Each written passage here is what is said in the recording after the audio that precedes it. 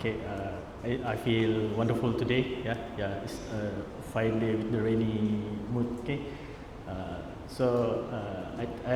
think I've been in Kuching last year or last month I've been here for the BIM workshop in JKR Kuching. Yeah. Macam tidak ni, tidak. Thank you so much.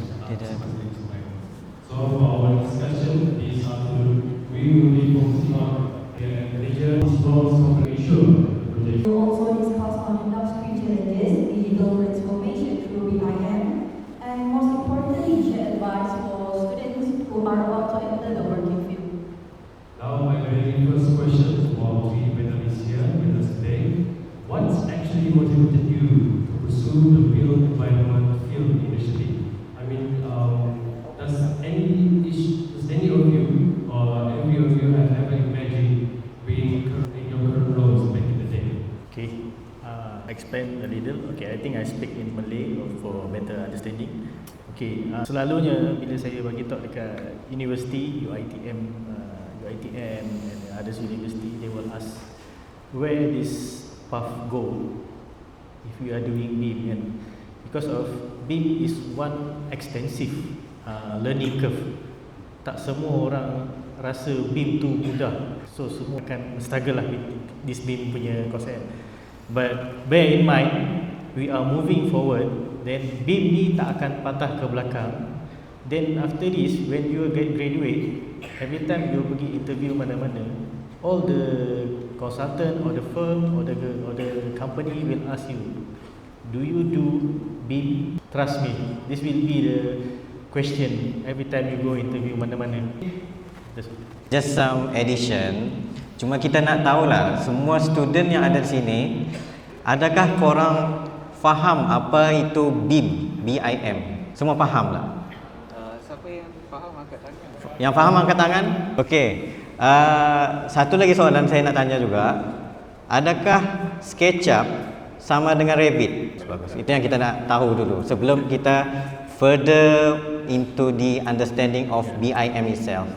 Thank you. Okay. Tambahan? Tak ada. Okay. Okay, sorry. On the next question, from a BIM perspective, Mr. Mazdi, as a BIM manager, how would you explain your role in a project to students? So it's about the BIM manager punya perspective on the student punya workflow lah. Okay, for the easy understanding kan, apa yang saya selalu buat as a BIM manager, I don't push the student to know the whole BIM system sampai kita tender project construction. It's enough kalau the student know what is the BIM by LOD, level of development. Okay, saya lagi suka kalau kita buat santai, okay. So I think kalau ada yang nak raise hand pun boleh, okay, after this ke, it's up to moderator lah.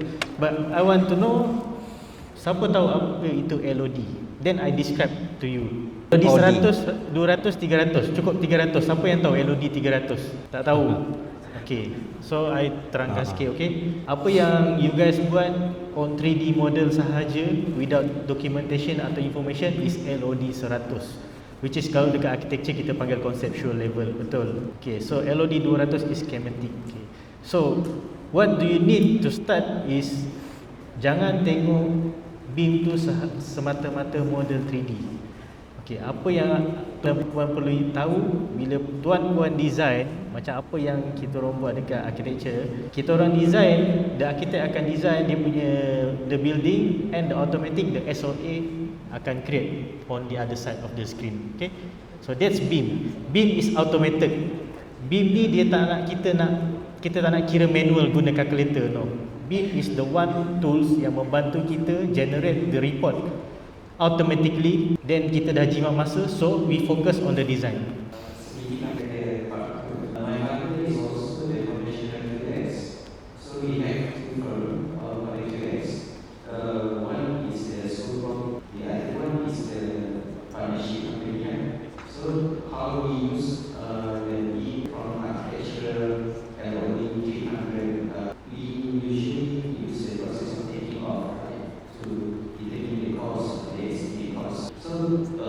When we use the BIM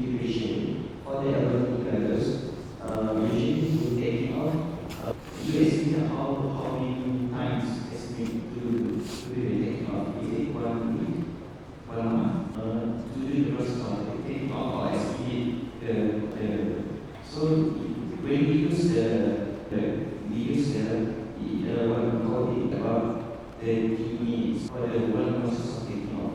Well, provided that the beam model is wholly using the Revit component and so on, estimate costs, estimate area and so on. You put the estimate pricing and you get all the EQ, all done in one condition. So, one more additions about the BIM itself. Actually BIM ni dia bukan sekadar architecture. Sebab yang kita bayangkan selalunya BIM is architect's work. But actually it is multidiscipline, which include everything about architecture, civil, structure, and then mechanical and electrical. So which is we have or you have to cover everything. You have to have the knowledge for every disciplines in BIM. Thank you. So I was quite curious about what are the daily responsibility for you as a project coordinator, especially in managing various stakeholders. We have one of the terms that we call it team coordinator and also the project coordinator. So we should go on to the project coordinator. Okay.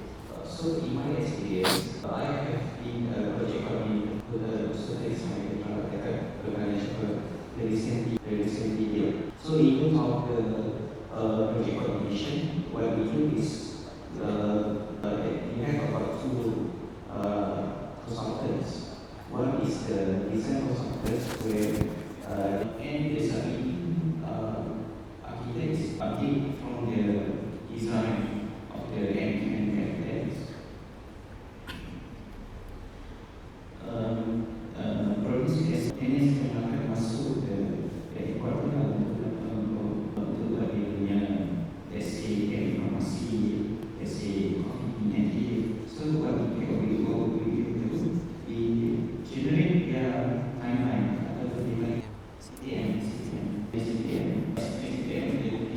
so on. So they already have their work as part of the SA update. So in terms of the things is very important to reach. So this is the goal. Thank you, Mr. Fauzan, for your insight. Next, I have a question for Mr. Izzuddin. From design perspective, how do you ensure architectural designs are well coordinated with the structural and MEP requirement?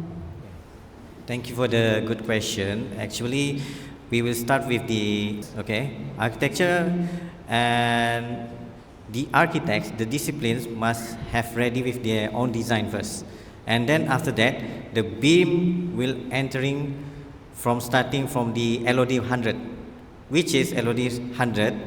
Kita akan buat macam style SketchUp dulu. Style SketchUp meaning the understanding of 3D, the intention of the architects, and then after we finish with the building design, and we have to detail up a bit, which is going to the LOD 200, and that mean the structure akan untuk buat design itu, meaning macam kita dah coordinate with the architects, and architects dah bagi tahu kedudukan position of the column, beam, structure and everything dah kita macam agak-agak dulu pada peringkat awal lah. And then baru pihak structure, which is bahagian CNS is the perunding lah.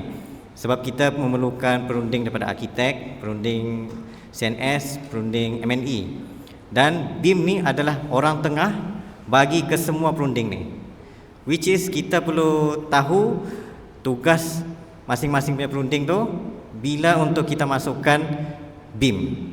Daripada situ kita pun ambil data information daripada pihak CNS yang memberitahu bahawa kita kena letak beam and column this kind of size masuk ke dalam building. And then after that, bila dah selesai proses architecture dan juga structure, baru kita move on untuk proses macam kemasukan M&E pula, which is macam to be safe. Selepas selesai tu kita akan ke arah LOD 300, which is more details. More details means bila kita masuk M&E, Dari situ akan berlaku orang panggil sebagai clash analysis. Clash analysis ini ialah kita detect awalan perkara yang clash between the structure, lepas tu bahagian mechanical piping and so on. Sebab begini, in reality kalau kita buat construction without beam dan bila on site nanti kita akan guna traditional CAD, which is bila kita guna CAD, kita guna XREF, kita tidak tahu apa masalah pada drawing tersebut. Tapi bila on the site itself, bila dah construct, kita baru perasan yang structure kita sebenarnya terkena dekat piping. Benda tu yang kita kena elak duluan. So that is why design coordination tu perlu ambil peranan dari awal lagi untuk kita detect kesalahan dan juga error. So which is BIM ni tugas dia untuk mencari kesalahan perunding. Itu agak beratlah sebabnya bila kita jumpa kesalahan ataupun error yang awal, kita boleh solve benda tu awal and kita boleh buat construction tanpa ada sebarang kesilapan. Thank you very much. I have another question for Mr. Fauzan. So, when we're talking about a project that involves various stakeholders, I really would like to know how to manage the dispute. So actually we have one mode of media that we use. One of these is what we call it. If the nature of the project is the BIM project, we have what we call it the Autodesk Cloud Construction, where we as a BIM consultants will update the project, but the other consultants can view the project lah kata.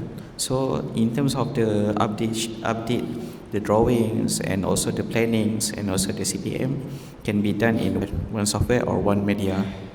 So in terms of that, we try to coordinate a meeting session with the kita punya the clients, the vendors and also the stakeholders, so that they have to know their roles and their responsibilities and also their rules and regulation lah kata. So in terms of the coordination, what we can say that we use one software ataupun what we call it CPM ataupun project coordination software to demonstrate all the timelines and so on. So that is all lah kata. So about another one, BIM with BIM that occurs and in every project, what are the issues, common issue faced? One of the issue, not one lah, this is actually one of the lah. One of the issues is the integration between the discipline. Let's say architects, BIM modeler architect, they do their LOD 300 model or what we call it schematic drawing using their firm system ataupun format. They do their job. They pass to the civil consultants and mechanical, electrical, and also the last one is the QS for the cost estimation. What the problem is, every firm they have their own way of doing things. So in terms of the way of doing things, some of the firm might not familiar with the other ways of doing things. So that the issue is what we call it the integration between the discipline. So as part of the BIM service provider, we need to know all the discipline, not just architects but also the MEP, mechanical, electrical, civil, and also quantification. We must know their work and also their expertise to integrate in one model. And I believe the BIM manager, Mr. Mazdi, can explain more about it. So I will pass the mic for. Okay. So the question is about the challenge lah we face when we are doing the BIM project, either the construction or the designing phase lah. Okay, so dekat Malaysia ni challenge utama kita, the main challenge kita is learning curve, learning the BIM. Okay, even dekat JKL sendiri we are learning that BIM tu makan tahun 2-3 tahun. But luckily for as a BIM manager like me, we need to study the learning curve, then we make it short. So just to let you know, dekat office kita orang ada 3 orang budak protege di mana saya train dia orang personally. Then they can doing the BIM daripada LOD 100 sampai tender project hanya sebulan. How we learn from the past daripada kami sendiri yang belajar bertahun, then we pass the orang kata ilmu, kita punya pengetahuan kita to the next generation, then they learn it within 1 month. Okay, so the second thing is learning which software. Betul, saya rasa tuan-tuan dan puan pun mesti akan tertanya-tanya which BIM software we need to learn. Is it the Autodesk Revit or the graphic soft for ArchiCAD? Betul, saya tak tahu kalau tuan-tuan pernah dengar, but for now SketchUp memang kita dah tak guna lah. So the two main problem is the learning curve and which software. The other thing it's selalu is on construction punya ni lah, contractor punya side lah. But for the BIM modeler itself or the BIM manager or the BIM coordinator and BIM personnel, that's the main two thing lah. Thank you, Mr. Ismail. And one more thing about the issue faced during the BIM project. Is there any implications or impact when the projects start up or delays? I have some issues as mentioned by you just now. What are the implications to the company? Okay, this is the main issue on the tender project. Okay, so biasanya the client is the one who yang funding the project. Okay, so the contractor is the one who managing the construction from design phase to sampai disiap lah, send over this building. Okay, the main issue is the BIM fees yang diorang bayar, is it akan bagi penjimatan dekat construction. Betul. If you are, saya tak tahu kalau dalam ni ada project manager, ada construction manager. Okay, so dekat construction management pun kita dah belajar kita punya how we staffing the person, how we move kita punya peralatan jentera masuk dalam site kan. Okay, so everything that happen in the site ada cost. Sama juga dengan BIM. BIM is not a cheap fees, terus terang saya cakap. So the client akan cakap, I tak kisah, this project must doing the BIM, but the one who bear that to pay that money is the contractor lah. Dia akan potong lah. And okay, so the thing, is it ada penjimatan dengan BIM? Yes, betul. Kalau kita tengok study dekat JKR, projek JKR BIM kita buat beratus. Saya setiap tahun satu projek BIM saja lebih daripada 20 projek BIM. Okay, semua fully BIM. Okay, so apa kita buat? Saya just make it simple word. It's a digital construction before we are doing the physical. Itu je. Macam Encik Izzuddin cakap tadi, kita dah aware kat mana yang clash, which consultant yang having problem in designing. So the BIM is the one who kita tak adalah kata oh the consultant salah. No, we give them the report and we help them to resolve. So kalau orang tanya, BIM ni cost tinggi, is it effective? For me, yes, 80% effective. Lagi-lagi kalau projek yang melebihi 100 juta, memang kita akan efektif. Ya. BIM manager, project coordinator and design coordinator. In one project of BIM, how is these three roles actually collaborate with each other to ensure that the avoidance of misunderstandings and also delays of the BIM's projects? Okay, I will answer the questions. Actually, in a meeting, kalau for certain projects and project tender, memang kita tiga akan terlibat. Tapi semuanya based on the stages. Contoh macam pada yang peringkat awal sekali, sebelum peringkat design tu, yes, Encik Fauzan akan terlibat bahagian project management first, on how we deal with the contracts, on how we explain to the contractors, consultant, cara BIM ni bekerja dulu. And then dalam JKR sendiri pun dia ada dinamakan sebagai BIM Trails, which is dia bagi awareness for all the consultants, also for the contractors, untuk faham how does BIM actually works. inside government, inside construction. That's lepas tu lagi, and then it goes for the design stage, which is tender stage. Dan bila tender stage tu akan terlibat bahagian design, which is my part, design coordination. And then at the same time, project manager, BIM manager, dia akan buat pemantauan dari segi paling atas, iaitu clash analysis, and then memberi final decision untuk apa sebabnya outcome yang kita buat dan patut kita advise kepada pihak kontraktor and also the consultant team, which is our roles berkaitlah setiga ni. Sorry. Okay. So what we call it the roles, and as a design coordinator, the project coordinator, and also the B manager involves in all the levels within certain period of construction. The first one is involved what we call it LOA, letter of award, right?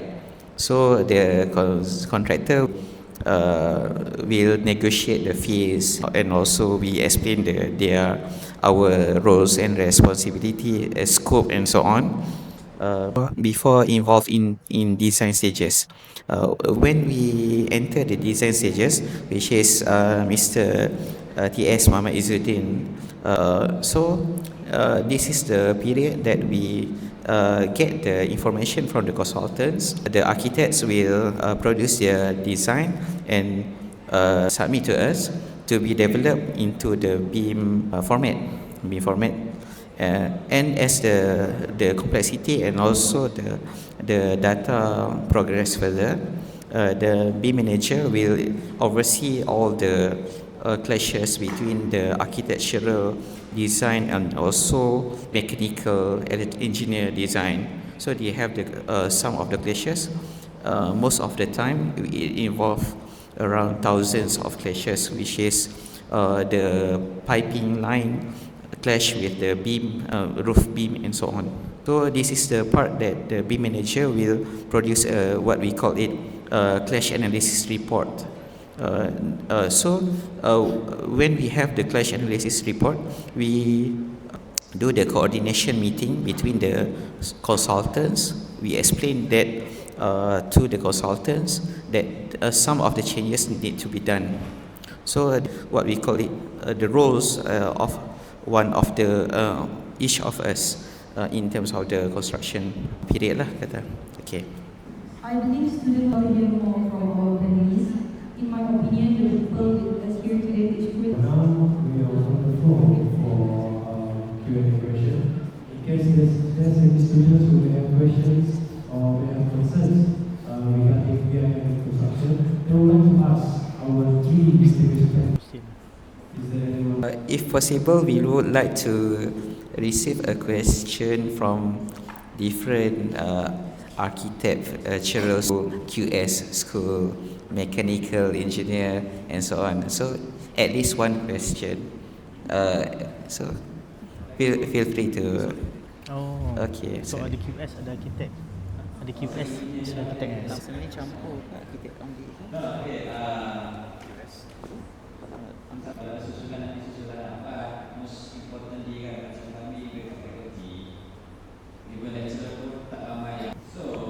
In a way, kekurangan cuma nak bagi orang student how to strategize. Sepaham saya kan ada tiga kan, architecture, structure, perkubahanan. So once dah dapat tiga-tiga model dia certificate, dia boleh pergi coordination kan, coordinator.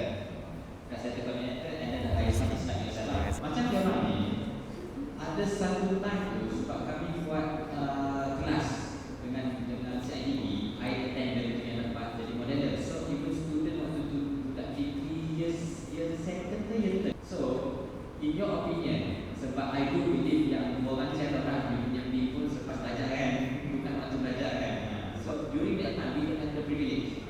So sekarang ni, what is your opinion? Boleh tak kalau I don't know strategize supaya dia orang ni monetary wise tu penting lah kan? But is it relevant for them to have already certificate? Okay, terima kasih. Okay, I've been talking to one of the CIDB guy lah about this, but kalau tuan puan tahu dekat Semenanjung sama macam I think is Sabak Bernam punya college community, diorang ada BIM, diploma in BIM.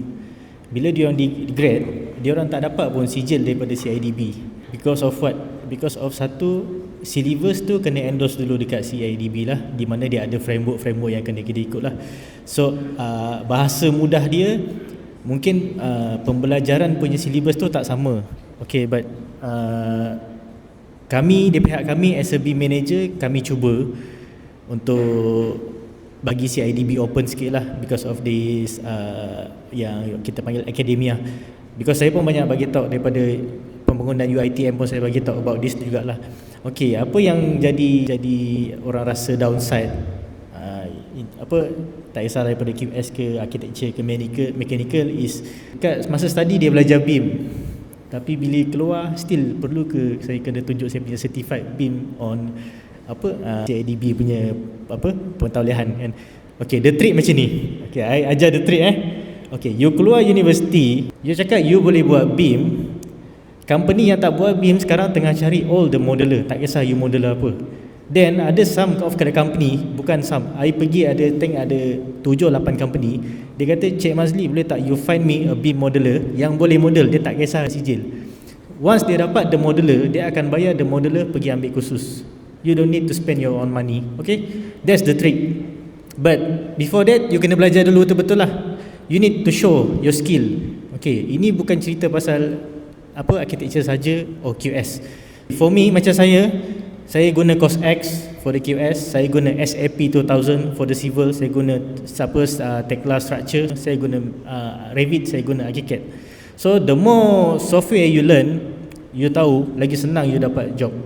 And tak kisah you nak makan gaji ke, you nak buat freelance ke. Okay, so sekarang kita kena bijak dengan ekonomi sekarang. So jangan keluar duit sendiri.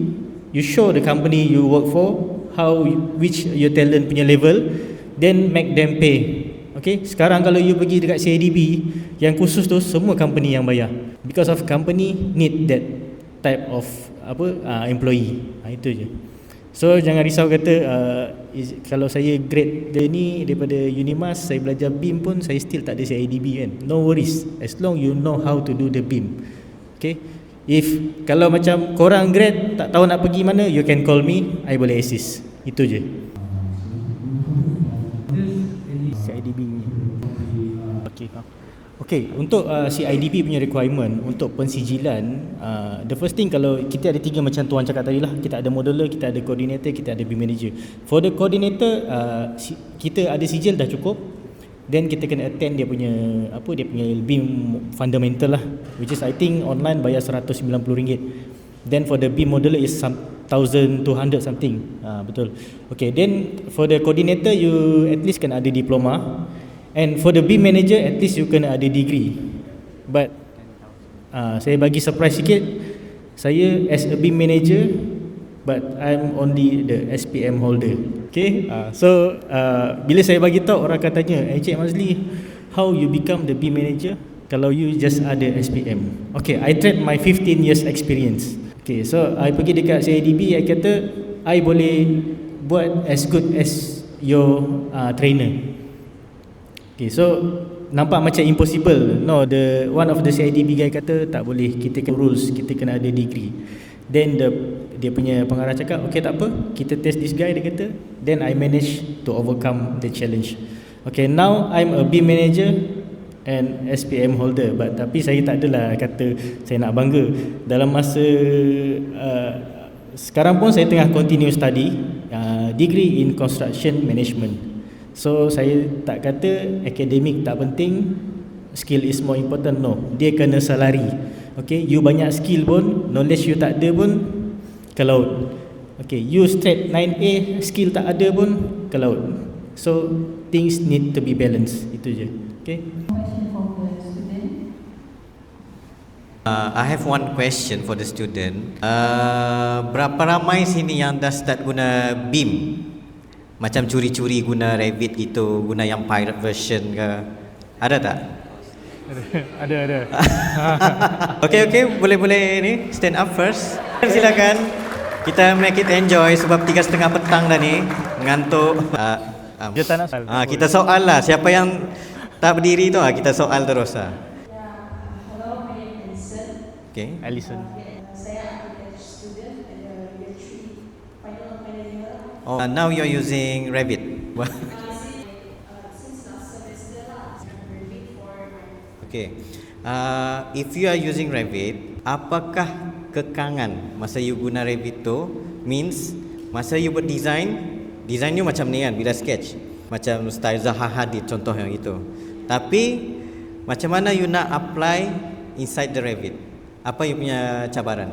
Memang a bit challenging for me lah. So I baru-baru lagi, and then I study through online saja.